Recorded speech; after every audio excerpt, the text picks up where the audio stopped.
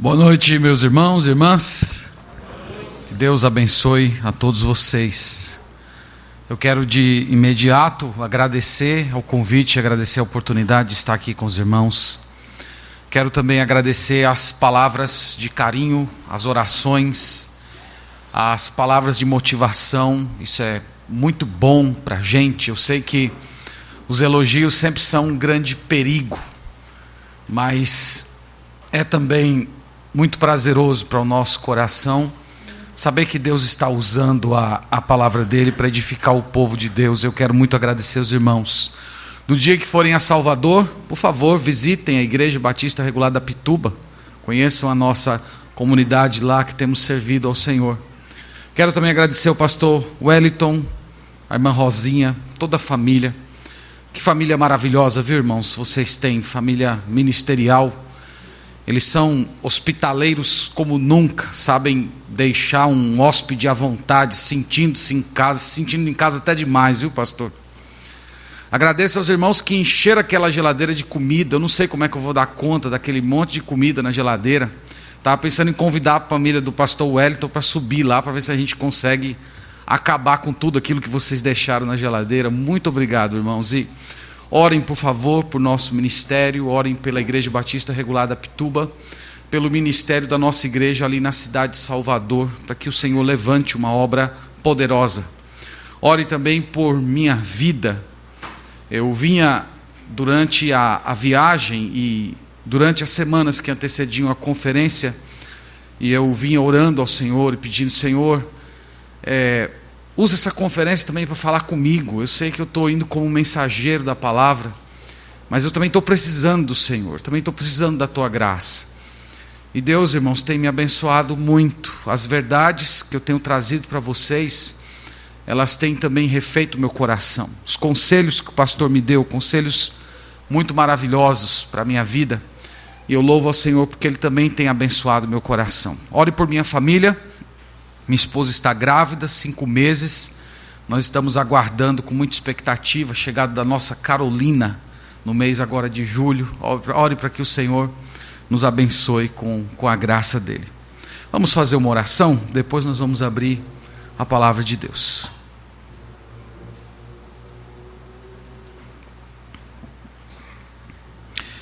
Senhor, nós louvamos o teu nome. Tu és o Pai de misericórdias, o Deus de toda consolação. Nós te louvamos, Senhor, por esses dias que o Senhor tem nos abençoado. Nós temos de fato, Senhor, sentido a Tua presença. A Tua palavra de uma forma tão maravilhosa tem chegado ao nosso coração. E nós te pedimos, Senhor, que tudo que o Senhor tem falado a nós esses dias não venham ser perdidos do nosso coração por causa das ocupações, os compromissos do dia a dia, mas permita que a Tua palavra venha repousar em nós todos os dias da nossa vida, e que nos momentos de necessidade o Teu Santo Espírito traga à nossa mente e coração todas aquelas verdades que o Senhor tem trazido para nós. Eu louvo ao Senhor pela Tua igreja que aqui está reunida, louvo ao Senhor por esses irmãos e irmãs. Peço que o Senhor faça deles pessoas parecidas com Cristo. Encha-os com Teu Santo Espírito. E nesse momento, Senhor, nós estamos pedindo pela glorificação da Tua palavra. Nosso desejo é que as sagradas Escrituras, elas sejam honradas, e que o Teu Santo Espírito, Senhor, traga a palavra ao nosso coração, produzindo aquele fruto que engrandece o Teu santo e eterno nome. Pedimos isso, ó Pai, confiados na Tua graça e na Tua misericórdia, alegres sabendo que o Senhor tem prazer em ouvir esse tipo de oração. Então nós pedimos no nome de Jesus. Amém. Vamos abrir, irmãos, e nós vamos introduzir com a leitura de um verso, por enquanto. Gênesis 19.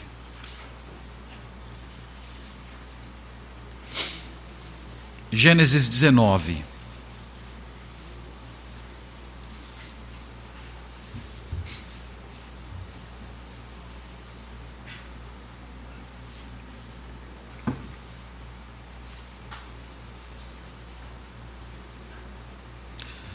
Gênesis 19, e eu gostaria de introduzir a nossa meditação com a primeira frase desse verso. Nós vamos ter outras leituras, mas eu quero introduzir o nosso pensar essa noite com apenas a primeira parte desse verso.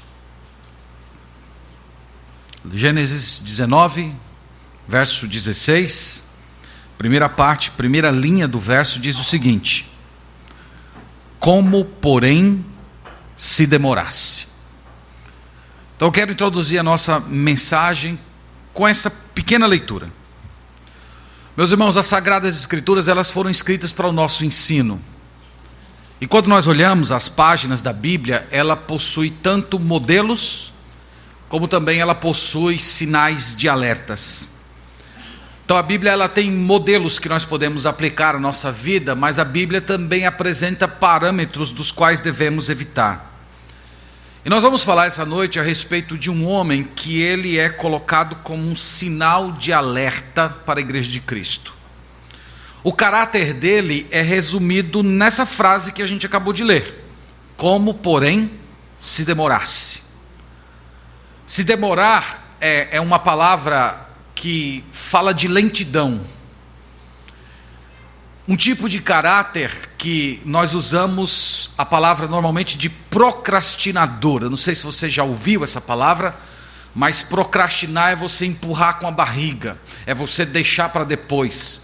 São aquelas coisas que você não deveria adiar, mas você sabe que você pode adiar e adiar. Especialmente decisões espirituais, decisões morais, decisões de relacionamento.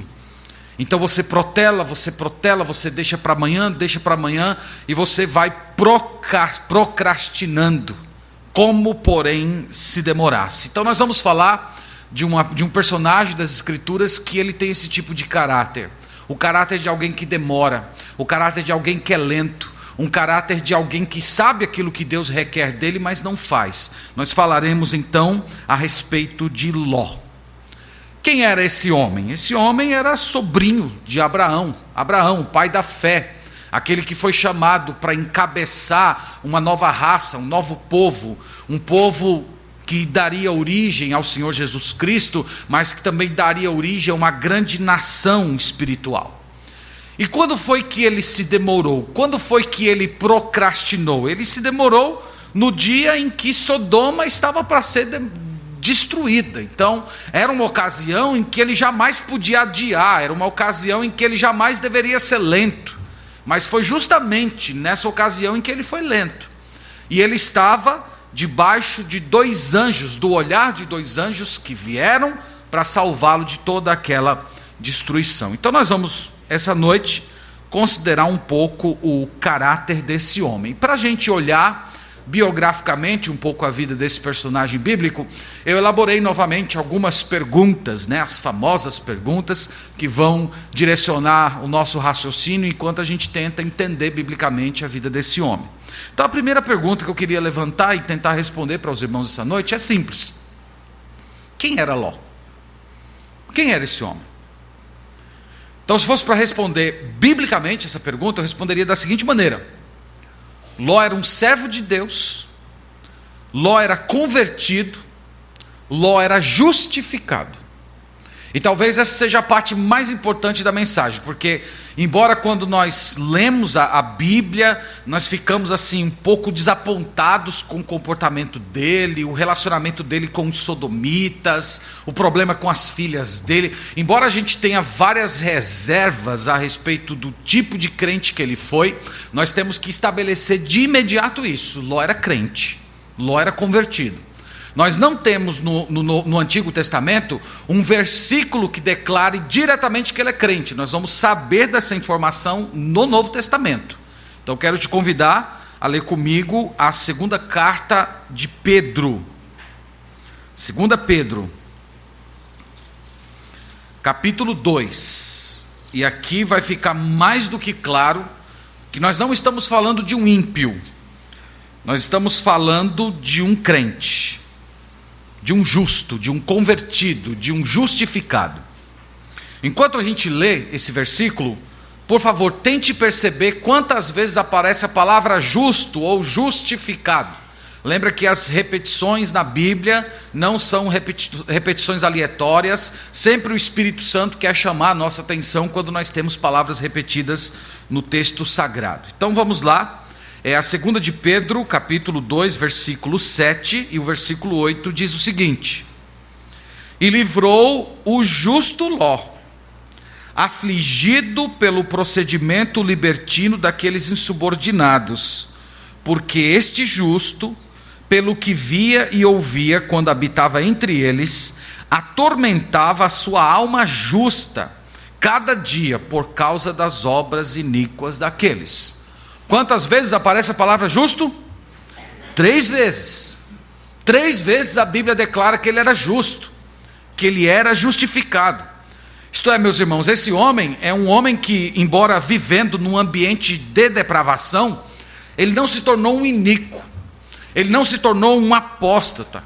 E vocês sabem que é impossível uma pessoa viver em um lugar contaminado de pecado, sem também se contaminar, a não ser pela graça de Deus, e é por isso que ele é justo. Uma outra evidência que nós vemos no próprio texto que a gente acabou de ler, é no versículo 8, quando ele diz assim: porque esse justo, pelo que via e quando ouvia, quando habitava entre eles, diz o seguinte: atormentava a sua alma. Então assim, ele vivia atormentado. Ele não era um homem que tinha paz enquanto estava vivendo em Sodoma. Ele vivia magoado, ele vivia afligido, ele vivia perturbado diante de tanto pecado. E novamente, meus irmãos, isso é uma das marcas da obra do Espírito Santo no coração. Só uma pessoa verdadeiramente convertida é que consegue se condoer com o pecado, com a incredulidade, com a maldade. O Davi disse o seguinte: eu vi os fiéis e senti desgosto porque eles não guardam a tua palavra. Lembra lá de Paulo em Romanos capítulo 9 dizendo: eu tenho uma grande dor incessante no meu coração. E ele vai se referir à incredulidade dos seus irmãos judeus, ao ponto dele desejar ser anátema, maldito, para que os seus irmãos judeus fossem salvos. Então esse sentimento de você se condoer, de você sofrer ao ver a maldade, isso é obra do Espírito Santo. Uma outra coisa que diz no versículo 8 é que ele atormentava a sua alma justa cada dia. Isso é uma coisa importante, cada dia. O que o texto está dizendo aqui, irmãos, é que com o passar do tempo ele não foi se tornando indiferente, ele não foi se tornando insensível ao pecado daqueles sodomitas, nada disso. Vocês sabem que algumas pessoas, elas podem ser expostas à maldade, à violência, à incredulidade durante um certo ponto, mas muitas vezes essas pessoas acabam se acostumando, aquilo vai se tornando parte, a pessoa vai entendendo: é desse jeito mesmo, o mundo funciona assim. Mas não foi o caso de Ló. Ele tinha uma espécie de sensibilidade refinada ao pecado, e isso novamente eu afirmo, é uma demonstração da obra do Espírito Santo, de alguém que de fato, como diz o texto, era justo, era convertido, era alguém que pertencia ao Senhor. Então, durante a nossa exposição, por favor, não perca isso de mente. Nós não estamos falando de gente ímpia, nós estamos falando de gente crente, nós estamos falando de pessoas que tinham convicção de pecado, de pessoas que estavam vivendo no meio de uma sociedade pervertida, mas essa pessoa vivia atormentada, sofrendo diante de tanta incredulidade, de tanta maldade, de tanta imoralidade. Então isso responde à nossa primeira pergunta: quem era Ló? Segunda pergunta: qual foi o pecado dele? O pecado dele está no versículo que a gente acabou de ler, Gênesis 19, versículo 13. Ou pelo menos a gente poderia dizer que esse foi um dos pecados dele, ou o grande pecado dele, não é? Gênesis 19, verso 16, foi o texto que a gente leu. Então o pecado dele, como nós dissemos na introdução, foi esse: como, porém, se demorasse. O pecado dele foi a procrastinação. Ele conhecia o estado terrível daquela cidade, e mesmo assim ele se demorou. No capítulo 19, no versículo 13, diz o seguinte: pois vamos destruir esse lugar, porque o seu clamor se tem aumentado, chegando até a presença do Senhor, e o Senhor nos enviou a destruí-lo. Então, assim, era uma determinação, era um fato que estava consumado, era algo que não tinha como voltar atrás. Ele sabia do terrível julgamento que estava se aproximando, ele conhecia Deus, ele conviveu com Abraão, ele sabia que o Senhor não muda, e a certeza que ele tinha de julgamento era tão grande, que ele chegou até mesmo a alertar os seus genros. Você vê isso no capítulo 19, no versículo 14, dizendo: então saiu Ló e falou a seus genros, aos que estavam para casar com as suas filhas: levantai-vos, saí deste lugar, porque o Senhor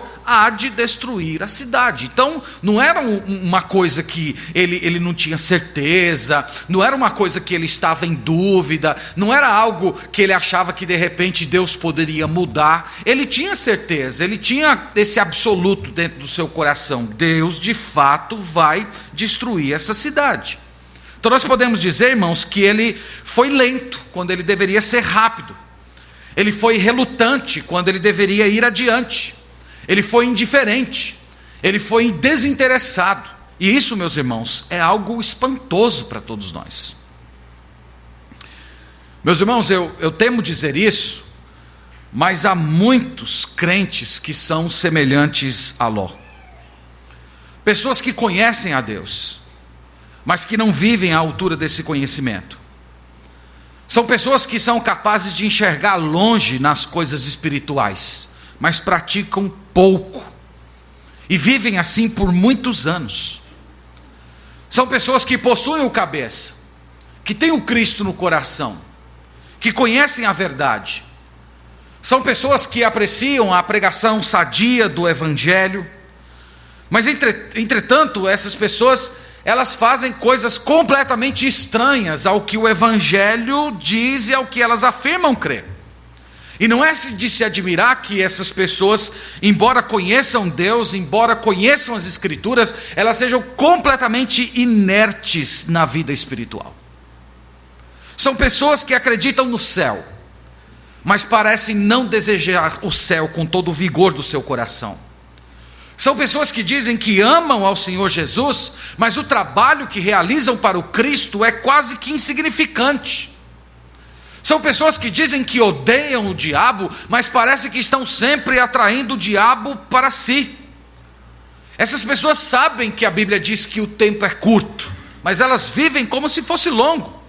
Elas sabem que nós estamos num ambiente de guerra espiritual e que nós precisamos nos vestir da armadura de Deus, mas elas vivem como nós estivéssemos em paz. Elas sabem que o juiz está às portas, como diz as Sagradas Escrituras, mas elas estão completamente adormecidos. E meus irmãos, essa é a totalidade da fé dessas pessoas. Esse é o cristianismo dessas pessoas. E o que dizer desses irmãos? Eles são irmãos de Ló. Eles são relutantes. Eles são lentos em obedecer a Deus. São pessoas que elogiam crentes consagrados, crentes piedosos, crentes santos, mas parece que para por aí. É como se tivessem determinado que a santidade é um padrão para os outros, não é um padrão para si próprio. São pessoas que possuem uma falsa ideia do que é amor. Acreditam que para ser amados pelas pessoas, eles precisam temer mais os homens do que temer a Deus. Eles querem agradar as pessoas e preferem amar e agradar as pessoas em vez de agradar ao Senhor. São pessoas que morrem de medo de sacrifícios e que evitam a autonegação, que não querem carregar a cruz, que não querem cortar a mão esquerda, arrancar o olho direito. É como se essas pessoas gastassem a sua vida inteira tentando tornar a cruz leve e a porta bem larga, mas nunca conseguem. Que dizer de tais pessoas? São como Ló. Não são cidadãos de Sodoma, mas são apegados a Sodoma. Amam esse estilo, essa cultura, esse conjunto de valores. acabam inventando até desculpas engenhosas para não se separar do mundo. E são pessoas que em um domingo podem estar aqui na igreja, louvando ao Senhor, chorando, emocionando-se na hora das canções, muita atenção na pregação, contribuindo, mas no outro dia está vivendo como ímpio, pensando como ímpio, conversando como ímpio, participando de piadas de ímpio, acessando conteúdos de internet de ímpio. Então essas pessoas abraçam, é como se elas estivessem transitando entre dois reinos. No domingo elas estão no reino de Deus na segunda-feira elas estão no reino das trevas. E elas parecem que não foram arrancadas do reino das trevas, como diz Colossenses, mas elas ficam transitando entre um e outro, como se não houvesse nenhuma contradição entre esses dois mundos. De tal modo que pecados como preguiça, mentira, orgulho, impaciência, sensualidade, permanecem dentro do coração dessas pessoas como se fossem inquilinos não incomodados. Novamente, meus irmãos, o que dizer dessas pessoas? São irmãos de Ló, irmãos e irmãs de Ló. São relutantes, querem compromisso com Deus, mas até certo ponto. Querem compromissos com Deus desde que não afete a sua vida, não afete seus desejos, não afete as suas inspirações. Eu quero dizer a você que se você chegou aqui essa noite, você se encaixa nesse tipo de descrição, definitivamente você não é um crente completo, você não é um crente feliz, porque a consciência de uma alma relutante impede que você desfrute de uma fé cristã feliz. Talvez você chegou aqui essa noite e você já correu durante algum tempo bem. Durante algum tempo você andou com o Senhor, mas você perdeu o seu primeiro amor. Eu sempre falo isso lá na igreja, especialmente entre os jovens. Eu já chamei a atenção deles várias vezes, que às vezes se apresentam a vida cristã como se fosse assim: a vida cristã, nós temos aquele primeiro amor da conversão, mas depois o primeiro amor passa e nós ficamos assim, né? meio mornos, meio frios, e muita gente acha que isso é uma coisa normal, diz não, é porque isso era o primeiro amor, hoje a gente não está mais no primeiro amor, e fala como se isso fosse uma coisa normal. Quando na verdade Jesus Cristo, se dirigindo àquela igreja que não tinha o primeiro amor, ele disse assim: lembra-te de onde caíste. Isto é, perder o primeiro amor equivale ao cair, do qual você precisa se levantar.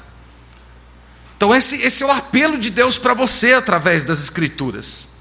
Porque do mesmo jeito, enquanto que o apóstolo Pedro, ele não teve paz no seu coração enquanto ele seguia a Cristo de longe, você também não vai ter conforto, alegrias, consolações do Espírito Santo enquanto você continuar relutante, enquanto você não abraçar o Evangelho com todas as suas dimensões, enquanto você não entregar cada parte da sua vida.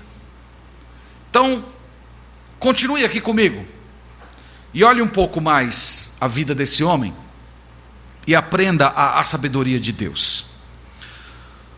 Terceira pergunta: quais razões poderiam ser dadas para a relutância de Ló?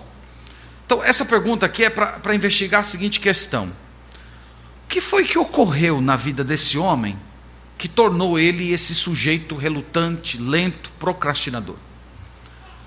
Então vocês vão perceber que houveram certas escolhas que ele fez cedo na vida, e essas escolhas foram formando o caráter dele, foram dando volume à sua personalidade, e fez com que ele se tornasse esse tipo de homem aqui. Então a primeira razão para a relutância de Ló, eu responderia dizendo o seguinte: que ele fez uma escolha errada quando ainda era jovem. Os irmãos conhecem bem a história bíblica, sabem que ele era sobrinho de Abraão, e que durante um bom tempo eles viveram juntos. Só que ambos ficaram ricos e já não tinham mais como conviver.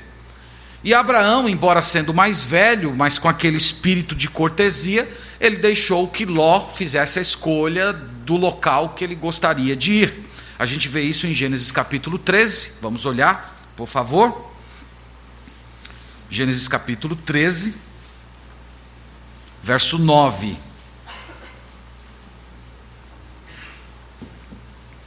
Gênesis 13, verso 9. A palavra de Deus diz o seguinte, que são as palavras de Abraão: acaso não está diante de ti toda a terra? Peço-te que te apartes de mim. Se fores para a esquerda, irei para a direita. Se fores para a direita, irei para a esquerda. Então, essa foi a proposta de Abraão. E o que fez Ló? A Bíblia diz que ele viu as campinas do Jordão, próximas a Sodoma, que eram bem regadas, que eram férteis, e ele escolheu aquela terra, usando como critério simplesmente o fato de que era uma boa terra, era rica, era bem regada. A gente vê isso no versículo 10. Levantou Ló os olhos e viu toda a campina do Jordão, que era bem regada, antes de haver o Senhor destruído a Sodoma e Gomorra, como o jardim do Senhor, como a terra do Egito, como quem vai para Zoar. Então ele fez uma escolha, irmãos, poderíamos dizer, simplesmente movido por critérios econômicos e sociais. Possibilidade de ganhar dinheiro, possibilidade de constituir uma rede de relacionamentos em que ele prosperasse. Ele estaria próximo à cidade de Sodoma. Aquela cidade era uma cidade má, pessoas más, ímpias, que pecavam excessivamente, mas para ele a terra era boa, o que valia era isso. Nós poderíamos dizer que ele não viveu pela fé, ele viveu pela vista, ele viveu pelo temporal em vez de viver pela eternidade. Ele pensou no terreno em vez de pensar no celestial. Então isso é no mínimo um mau começo. No capítulo 13, versículo 12, tem algo bem interessante que diz assim: habitou Abrão na terra de Canaã e Ló nas cidades da campina, e ia armando as tendas até Sodoma. Então ele toma uma decisão de viver na terra, mas o texto diz que cada época ele vai se aproximando, ele vai pegando seu povo, seu gado, seus bens, e ele vai montando tendas, ele vai se aproximando, ele vai chegando mais próximo, ele vai começando a enfraquecer as suas convicções para que ele conseguisse chegar e conviver com aquelas pessoas. Então essa é a primeira razão da sua relutância. Ele fez uma escolha errada quando era jovem. Ele fez uma escolha de vida movido simplesmente por valores econômicos e sociais. Segunda resposta a essa pergunta: quais razões poderiam ser dadas para a sua relutância? Eu diria, ele se misturou com pecadores, com ímpios, quando não havia nenhum motivo que justificasse isso. Quando o texto sagrado, irmãos, volta a mencionar Ló, já menciona ele como sendo um habitante de Sodoma. Você vê isso no capítulo 14, no verso 12. Capítulo 14, verso 12. Diz o seguinte: apossaram-se também de Ló, filho do irmão de Abrão, que morava em Sodoma, e dos seus bens, e partiram. Então, quando o texto sagrado volta a mencionar esse personagem, antes diz que ele foi armando suas tendas, mas agora ele já era um cidadão daquela cidade. E meus irmãos, nós não temos no texto nenhuma ordem expressa do Senhor. Não foi uma ordem de Deus que ele fosse morar no meio daqueles ímpios. Nós não sabemos se ele foi morar lá por causa da sua esposa. De repente a esposa dele ficou fascinada pelas lojas de grife dos shoppings de Sodoma, e ela queria frequentar aqueles shoppings. Nós não sabemos se foi por causa das suas filhas, que estavam se tornando jovens, e ele queria arrumar uns casamentos bem elaborados para elas. Nós não sabemos se foi por causa das questões dele mesmo, da possibilidade de se tornar um homem grande. De fato ele se tornou um homem importante lá. Ele ficava sentado na porta da cidade, e só aquelas pessoas que tinham autoridade viviam assim. Nós não sabemos. O que sabemos é que não havia um motivo justo, não havia uma ordem do Senhor, não havia uma direção divina para que ele fizesse isso. E meus irmãos, quando um filho e uma filha de Deus começa a fazer escolhas erradas e a conviver demasiadamente com pecadores, não é de se admirar que essa pessoa se torne endurecida para as advertências divinas, como foi o caso desse homem. Fazer esse tipo de escolha aqui é andar pelo caminho mais rápido de destruir a sua própria espiritualidade e o seu interesse pelas coisas celestiais. É por esse caminho que as pessoas perdem a sensibilidade espiritual ao pecado. Esse aqui é o mesmo caminho que Sansão percorreu, cujos fins dele foi ter os seus olhos destruídos e ser do escravo. Portanto, irmão e irmã, traga essa verdade ao seu coração. Se você não quer se tornar uma pessoa relutante como Ló, tome cuidado para você não ficar se misturando sem necessidade com pessoas mundanas. Tome cuidado com isso. Lembre-se disso quando você for escolher um lugar para você morar. Além do conforto, além do custo de vida, considere se esse lugar que você quer morar contribui para você estar mais próximo de Deus. Se o Cristo crucificado sempre vai estar ao alcance da sua porta. Pense nisso também quando você for constituir a sua carreira. Além de um bom salário, de condições e perspectivas de crescimento, considere a sua alma. Esse trabalho vai fazer com que a sua alma fique alimentada ou que a sua alma fique faminta. Você vai ter tempo, ocasiões para desenvolver a sua comunhão com o Senhor? É um tipo de carreira, é um tipo de trabalho que toma de você a frequência nos santos cultos? Que dia da semana você vai ouvir o Evangelho e adorar com seus irmãos? Nada vai adiantar você encher os seus bolsos de dinheiro e a sua alma ficar faminta. E uma decisão como essa pode custar muito caro para você no futuro. Lembre-se do guisado de Saul, que abriu mão de toda a sua herança espiritual por causa de um prato de comida. Lembre-se disso também quando você for escolher um marido ou uma esposa, caso você ainda não se casou. Além da beleza, da amabilidade, considere a sua alma imortal. Essa união, ela vai elevar a sua alma ou ela vai lhe conduzir à decadência espiritual? Essa união vai fazer de você uma pessoa mais santa ou vai fazer uma pessoa mais mundana? Ela vai aproximar você de Cristo ou vai tornar você alguém mais próximo do mundo? Leve isso em conta. E não se iluda, irmão e irmã. Se você começar a fazer esses tipos de escolhas semelhantes às desse homem, muito em breve você vai se encontrar que nem Sansão, roubado das suas forças e sozinho. E sem crescimento espiritual, sem vitalidade espiritual, sua fé vai enfraquecer. E tudo isso pode coincidir com um momento decisivo, com um momento fundamental da sua vida, quando o inimigo está indo para cima de você com tudo, com uma inundação, para chacoalhar você. Portanto, tome cuidado, para você não fazer as mesmas escolhas desse homem. Isso nos leva à quarta pergunta. Que tipo de fruto a relutância de Ló produziu? Então aqui nós vamos investigar os resultados dessas escolhas que ele fez, quando ainda começou jovem. Qual foi o fruto? Qual foi o resultado? O que foi que ele colheu? Então eu quero enumerar algumas coisas aqui para vocês.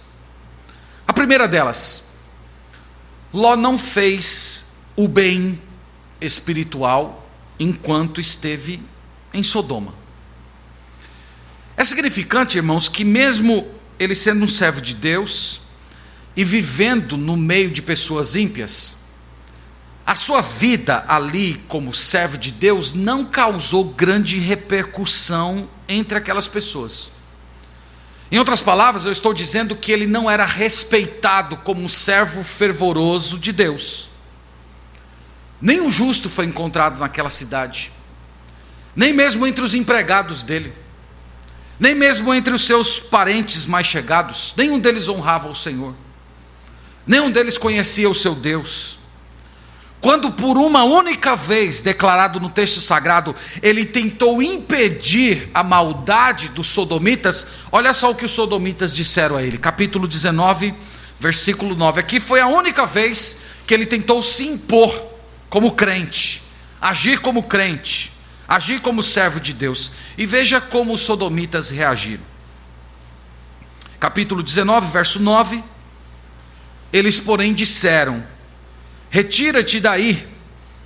E acrescentaram: só ele é estrangeiro e veio morar entre nós e pretende ser juiz em tudo? A ti, pois, faremos pior do que a eles. E arremessaram-se contra o homem, contra Ló, e se chegaram para arrombar a porta. Vocês lembram aqui dessa passagem, não lembram? Então os anjos chegaram e os sodomitas fizeram um motim de frente à casa de Ló, dizendo: traga esses homens aqui para fora que nós queremos abusar deles. Eles queriam praticar estupro.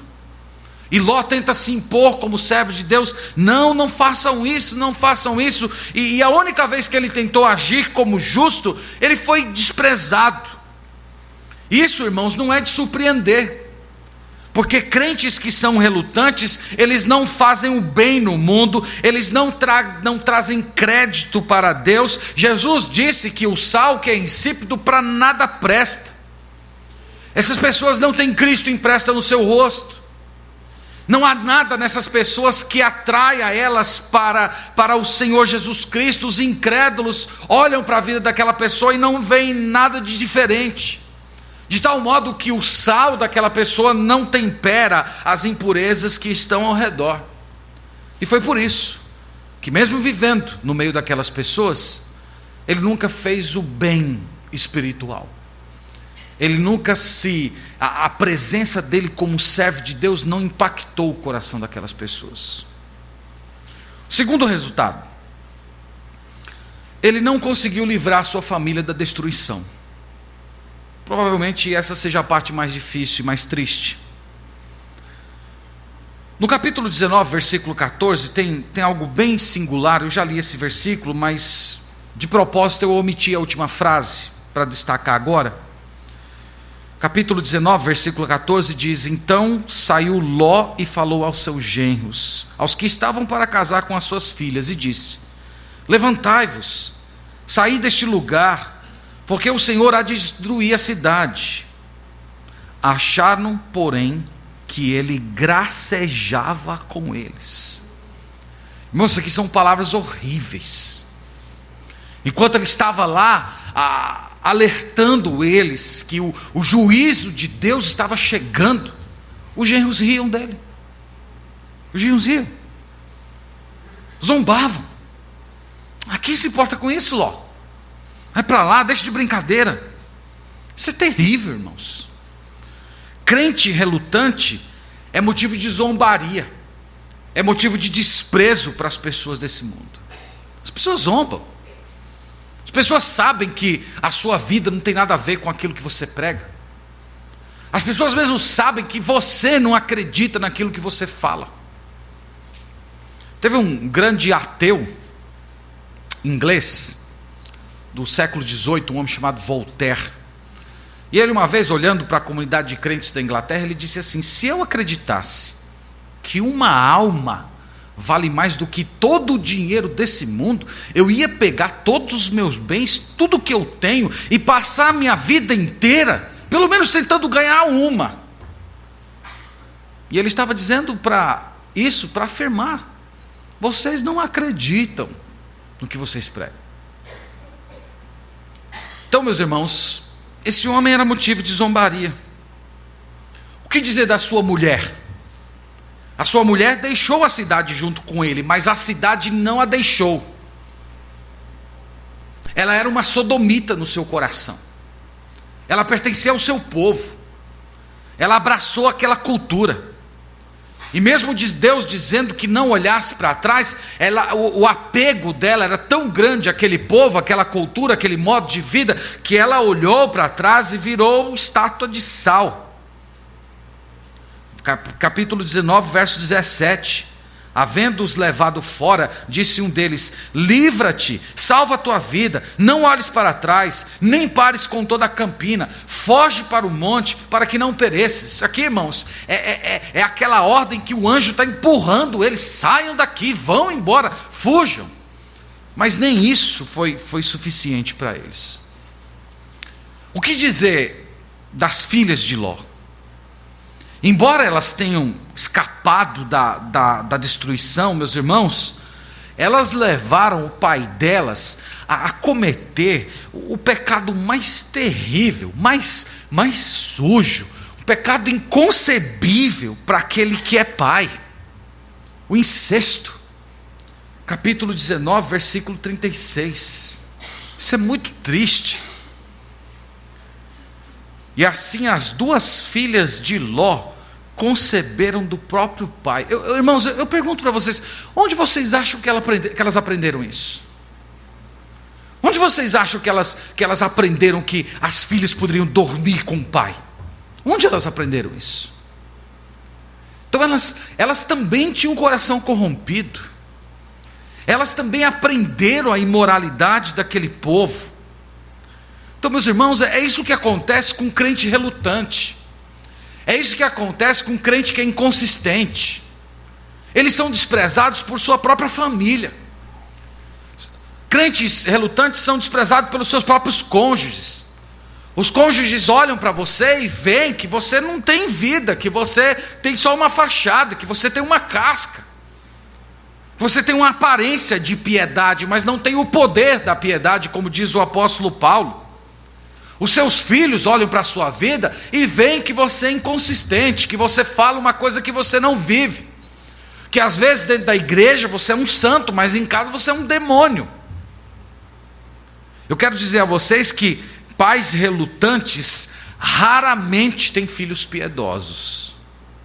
Eu quero dizer raramente, porque em alguns casos Deus é gracioso e ainda abençoa aquela criança, aquele jovem, apesar dos seus pais. Mas raramente isso acontece, meus irmãos, porque as ações elas falam mais do que as palavras. O terceiro resultado foi que Ló não deixou nenhuma evidência, nenhum testemunho de impacto na hora de morrer. Tudo que aconteceu, irmãos, na vida desse homem, depois que ele saiu de Sodoma, ele vai para aquela caverna, vocês lembram da história? Todos aqueles acontecimentos ali, as filhas dele seduzindo ele, tudo isso, irmãos, mostra o resultado degradante que a vida desse homem chegou. Nós não sabemos como é que foi o final da sua vida. Nós não sabemos se ele se encontrou com Abraão, se ele se arrependeu. Eu só fico pensando que, normalmente, a Bíblia, ela fala dos últimos dias dos grandes servos e servas de Deus. Mas a Bíblia se cala quando diz respeito a esse homem. Eu fiquei imaginando como deve ter sido triste o seu leito de morte, quando chegou o dia dele se despedir dessa vida, ele olhando para suas filhas, e ele olhando para os seus filhos netos. Não sei nem como é que funciona isso, mas era a situação. Cristãos relutantes, eles colhem o que plantam.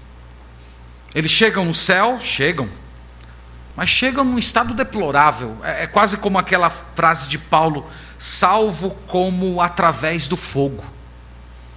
Se não fosse aquelas referências que nós lemos no início da mensagem, em 2 Pedro, pessoalmente teria muita dificuldade em crer que de fato ele era um servo de Deus, por causa das muitas inconsequências e das muitas incoerências da sua própria vida. É assim que ocorre com crentes relutantes. Eu não gostaria que você me interpretasse mal no que eu estou dizendo. Eu não estou dizendo que a relevância de um crente é demonstrada pelo número de conversões. Não estou falando isso. Eu sei que Noé ele pregou 120 anos e ninguém se converteu. O próprio Senhor Jesus viveu todo o seu ministério e João diz que os seus irmãos não criam nele. Só foram crer nele já depois da sua morte. E nem estou dizendo que um crente fiel sempre terá todos os seus filhos crentes, fiéis e piedosos. Também não estou dizendo isso. Davi foi o homem segundo o coração de Deus, e ele teve filhos ímpios. O que eu estou tentando demonstrar, irmãos, para vocês através dessa exposição, é que há uma conexão entre as escolhas que Ló fez quando era jovem e o fato de que essas relutâncias produziram, essas escolhas produziram um coração relutante, lento em obedecer a Deus, e isso fez com que ele se tornasse um inútil, tanto para a sua família como para o reino de Deus. É isso que nós estamos tentando demonstrar. Pois bem, meus irmãos, caminhando agora para as nossas conclusões, eu quero trazer algumas palavras finais e depois nós vamos orar. Eu creio que nós estamos vivendo em uma época em que a religião de Ló, ela é abundante. Nós estamos vivendo a era da relutância, a era da lentidão. Nós estamos vivendo a era do compromisso com Deus até certo ponto. Nós estamos vivendo a época em que há relacionamento com Deus desde que não interfira na minha vida, nas minhas escolhas, nos meus desejos. Tem certas áreas da minha vida que o Senhor não manda, sou eu quem mando. E eu quero te lembrar que servir a Deus vai muito além dessas coisas. Servir a Deus é ter mente espiritual, é viver como estrangeiro, é você ser diferente. Os crentes perderam esse aspecto que é a distinção do mundo. E enquanto tem muitas igrejas que exageram nessa questão de distinção do mundo, achando que ser distinto do mundo significa a mulher deixar o cabelo crescer e chegar até o chão, ou o homem usar um tipo de barba diferente, ou a mulher cristã nunca usar um brinco, nunca colocar uma maquiagem, isso definitivamente não é ser diferente, isso é ser esquisito, é outra coisa. Mas nós temos que ser diferentes no nosso vocabulário, diferentes no nosso comportamento, diferentes até mesmo na forma da gente se portar, diferentes no nosso divertimento. Os crentes perderam isso. Servir a Deus envolve ainda você ser fervoroso na vida de oração, você ser altruísta, humilde, manso, fácil de agradar, uma pessoa que tem medo de pecar. Irmãos, nós temos que lamentar o fato da gente não ser assim. E nós temos que orar a Deus, nos humilhar e nos arrepender e pedir ao Senhor que nos dê um novo coração, que Ele arranque de nós esse coração de Ló e nos dê um coração semelhante ao de Jesus. Eu quero falar com você que é pai. Pai, a sua relutância em servir, em obedecer, em andar com Deus, pode se constituir na desgraça da sua família. Veja o exemplo de Ló. Seus genros, suas filhas, sua esposa. Eu quero dizer que os nossos filhos, eles aprendem a grandeza de Deus ao ver a grandeza de Deus na nossa vida. Se Deus é um assunto para a gente apenas de final de semana, de colocar a Bíblia debaixo do braço e vir para a igreja, nossos filhos vão aprender isso, que há uma vida e há um aspecto religioso da vida que se resume ao domingo. E se nós vivemos a nossa vida assim, nossos filhos vão aprender que ser crente é desse jeito. Ser crente é você vir para a igreja no domingo, você vir bonitinho, sentar, ouvir a pregação, dar a sua oferta, dar o seu dízimo, seja lá o que for, você contribuir. Então se Deus é pequeno na sua vida, Ele também vai ser pequeno na vida dos seus filhos. Lembre-se que muito mais do que saúde, desenvolvimento intelectual, carreira, você precisa se preocupar com a alma do seu filho, você precisa se preocupar se eles temem e amem ao Senhor. Muito mais do que presente, roupa de marca, computador da última moda, celular da última versão. Seu filho não precisa de presente, seu filho precisa de presença, precisa de alguém que ande com ele. De repente, nesse seu processo de estar mais presente, vai implicar que você talvez não vai ter dinheiro para dar todas essas coisas que os jovens normalmente gostam, mas você está dando a eles o que eles precisam: presença, companheirismo, amizade, influência, imprimindo valores, ensinando a amar o Senhor. Então assuma essa posição de ser o sacerdote do seu lar, de santificar os seus filhos, de lutar pelo coração deles, de não descansar até vê-los andando com o Senhor. Quero falar com os jovens. Jovem, a sua relutância em servir ao Senhor hoje pode trazer frutos amargosos na sua velhice. Veja o caso de Ló. Quando foi que ele começou a ser relutante? Quando ele começou a pensar na sua carreira e no seu futuro, segundo os mesmos padrões dos mundanos. O que os mundanos querem? Os mundanos querem muito dinheiro. Os mundanos querem possibilidades de muitos relacionamentos, influência, poder, popularidade. Foi isso que ele correu atrás.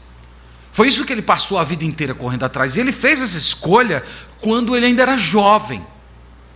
E essas escolhas formaram o caráter dele, empedraram a personalidade dele, de tal maneira que ele se tornou um homem velho, e com essa personalidade relutante ainda em servir ao Senhor. Eu estou falando isso para você, jovem, para te dizer o seguinte: que você não deve pensar que você é muito novo para levar Deus a sério. Às vezes você pode ser tentado a pensar que você ainda é muito jovem, você ainda pode experimentar certas coisas, você ainda pode se relacionar com certas pessoas e tornar parte da sua experiência certas atitudes, e pensar que mais para frente você se compromete com Deus, vai chegar a hora que você vai dar um passo mesmo de andar com o Senhor. Não caia nesse tipo de ilusão. Porque essas escolhas que você está fazendo, elas vão endurecer o seu coração. Essas escolhas, elas vão roubar a vitalidade. Saiba que andar com o Senhor, ter vida espiritual frutífera, não é algo que você simplesmente pode resolver tomando uma decisão do dia para a noite. Você está aqui andando na perversão, na mentira, na prostituição, em tudo aquilo que não presta, e você diz: não, de hoje em diante eu vou andar com Deus. Não é assim. O pecado escraviza. O pecado imprime marcas profundas. O pecado seduz você. Ele cria amarras que são terríveis de serem arrancadas. Portanto, se comprometa com Deus ainda hoje. Lembre-se do jovem Daniel, da história bíblica, que a Bíblia Sagrada diz que ele tomou uma decisão firme de não se contaminar com as iguarias de Nabucodonosor. E a maioria dos estudiosos ali acreditam que ele tinha entre 12 e 14 anos de idade quando ele fez essa escolha. Afaste-se da convivência dos mundanos. Não fique andando na roda dos escarnecedores sem nenhuma necessidade. Essas coisas, elas vão influenciar você, essas coisas vão moldar você. As conversas deles vão quebrando a resistência espiritual do seu coração, entristecendo o Espírito Santo e moldando você a um tipo de comportamento mundano e relutante. Então lembre-se disso, jovem, que as escolhas que você está fazendo hoje, elas vão estabelecer o tipo de futuro que você vai ter. Se você vai ser abençoado por Deus, ou se você vai viver uma vida de maldição, à semelhança desse homem. Então, se você já está vivendo isso hoje, se arrependa. Deus está te dando uma oportunidade hoje. Volte atrás, se comprometa com o Senhor antes que seja tarde demais. Eu quero falar com as irmãs, as esposas. Irmãs, cuide do coração de vocês, para que o coração de vocês não seja como o coração da mulher de Ló. A mulher de Ló é um dos personagens mais curiosos para mim da Bíblia. Daria uma mensagem só para falar dessa mulher. Quem sabe, viu, pastor? Numa outra ocasião. Já estou me oferecendo para pregar. Isso é feio, viu, irmãos? Isso não é uma coisa bonita de se fazer. Mas a mulher de Ló é um personagem muito curioso, porque ela esteve com Abraão, aquelas experiências de Abraão se encontrar com o Senhor fazer promessas, tudo aquilo ela estava participando e vendo. O seu marido, embora relutante e tudo que nós falamos dele, ele era um crente. Mas, irmãos, ela era uma ímpia. Ela era uma ímpia. Ela se tornou um lembrete nas palavras de Jesus. Jesus falando: lembrai-vos da mulher de Ló. Então estou dizendo isso, irmãs, para te falar o seguinte, para lhes falar o seguinte: que independente da sua família, você precisa ter a sua própria fé e a sua própria comunhão com o Senhor. Algumas vezes, as irmãs, as esposas, elas têm uma fé, um relacionamento com Deus como se fosse debaixo da cobertura ou como sendo um apêndice da fé da família e do marido. E não deve ser assim. Você deve ter a sua própria comunhão, a sua própria fé, o seu próprio arrependimento, o seu próprio crescimento espiritual. Você individualmente deve ser uma pessoa que busca o Senhor. Você não pode apenas se acomodar a uma forma cristã dentro da família, como foi o caso da mulher de Ló. Ela se acomodou a uma forma de piedade, de uma família de crentes no Deus verdadeiro, mas chegou um certo momento que a máscara dela caiu e que ela se revelou, que dentro do coração ela era uma sodomita. Então você deve ter cuidado com isso, que de repente você pode entrar dentro de uma forma, você pode se adaptar a uma casa de crentes, mas sem ter a sua própria comunhão, às vezes tendo Sodoma dentro do seu coração. Meus irmãos, uma coisa que eu tenho percebido e que eu aprendi lendo os antigos é que as pessoas mais endurecidas que existem dentro da igreja não são os ateus, não são os não convertidos. As pessoas mais endurecidas que existem dentro da igreja são aquelas que têm um contato estéril com as coisas espirituais. Elas estão em contato com a verdade de Deus periodicamente, mas é só aqui, não chega no coração, não chega na alma, e chega um certo ponto que o evangelho parece que não faz mais sentido, que a verdade de Deus não toma mais a sua alma, você não é mais capaz de se alegrar com as realidades espirituais e com a própria salvação. Então tome cuidado com isso, para você não ser endurecida. Busque ser um reflexo da glória de Cristo em seu próprio lar. E para nós que somos da igreja do Senhor, vamos lembrar, irmãos, que a nossa geração clama, a nossa geração necessita, a nossa geração do século 21 tem como urgência crentes que não sejam relutantes, crentes que assumam o evangelho de fato, que assumam a vida cristã sem se envergonhar dela. E sem essa relutância nós teremos o testemunho do Espírito Santo no nosso coração. Nós teremos a convicção de salvação na hora do leito da morte.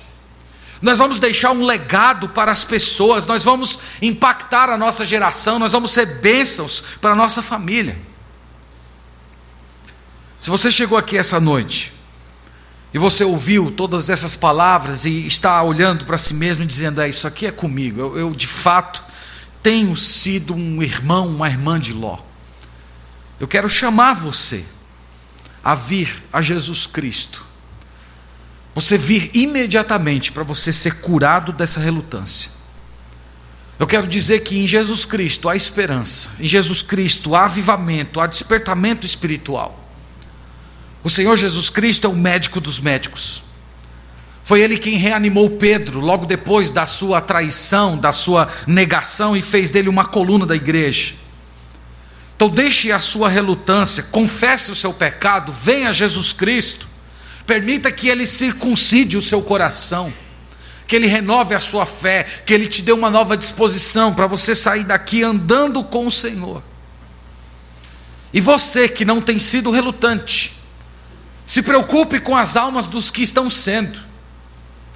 Tem irmãos e irmãs que estão ao seu redor, pessoas que são do Senhor, mas que são relutantes, e você já percebeu isso.